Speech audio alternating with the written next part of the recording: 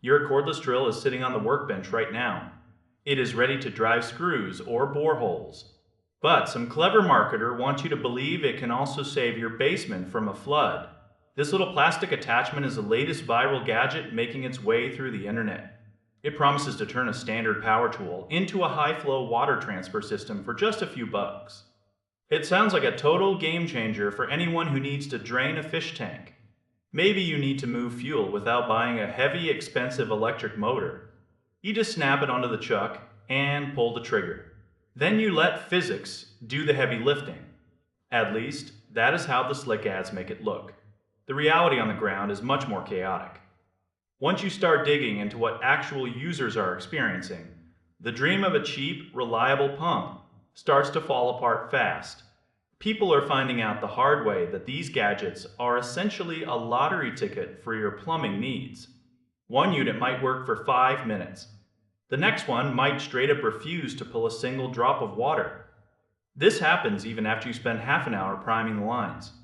The build quality is where the real trouble starts. We are talking about thin, lightweight plastic housings. The internal components are made of cheap rubber. These parts are spinning at thousands of revolutions per minute inside a dry casing. Friction is the enemy here. These pumps get hot very quickly. They lose suction without warning. They leak from every single seam. It is a classic case of a tool looking brilliant on paper, but failing the second it hits a real-world task. Many frustrated buyers report that the internal impellers wear down almost immediately. This is especially true if there is any grit or debris in the liquid. If you are trying to clear out a dirty puddle, you are basically feeding sandpaper into a plastic grinder. Then there is the branding issue. You will see this exact same design sold under a dozen different names on every major shopping site. It is a mass-produced, generic item. It lacks any real quality control. When a tool has one job to do and it cannot do it reliably, it stops being a bargain. It starts being a liability. Relying on something this flimsy for an emergency backup is a recipe for disaster.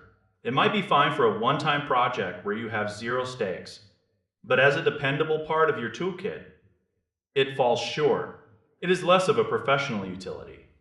It is more of a temporary fix that probably belongs in the trash after the first use. If you value your time and your sanity, you are better off investing in a real pump.